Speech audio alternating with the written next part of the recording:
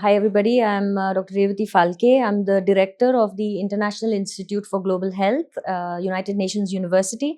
I work out of Kuala Lumpur in Malaysia. And for those of you who don't know us, we are the academic arm of the United Nations. And the mandate that we have is to work with countries, to work with academic institutions, and to work with other civil society organizations to deliver global health research, practice, and policy making. So the talk that I gave here at the SimSearch 2.0 was focusing on policy solutions and the advantages of strengthening healthcare systems globally to combat the climate change impacts on health.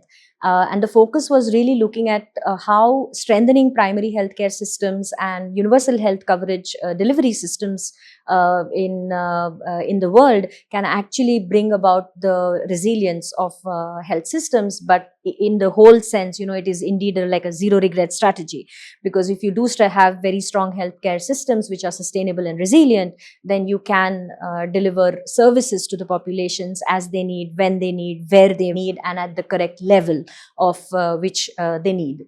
My experience of being here at SimSearch, I have to say this is my second visit to the facilities. Extremely impressive infrastructure. But what was more impressive for me was the quality of the presentations. It was really thought-provoking for me, to come and interact with the faculty for sure.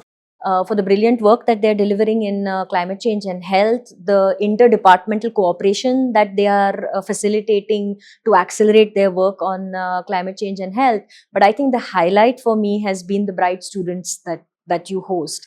And I was really very impressed with how they conducted themselves, how they conducted us. They helped us navigate these systems of, moving from one place to the other, and I think that the dedication with which the staff and the students here are operating, not just for climate change and health, but also for other topics regarding global public health, is a message I take back. And I wish the team the best for the work that they want to deliver, the ambitions that they want to set, and hope that you can be a part of that vision. Thank you.